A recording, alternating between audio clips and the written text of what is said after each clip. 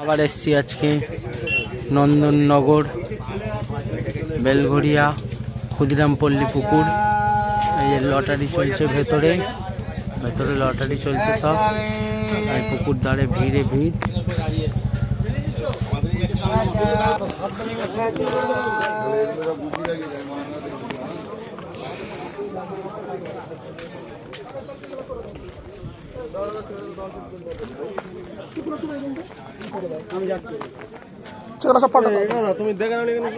দেখো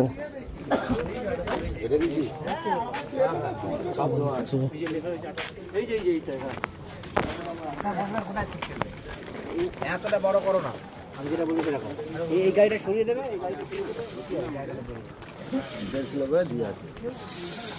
চলছে। আমরা 56 নম্বর সিট পেয়েছি, যাচ্ছি 56 নম্বরে।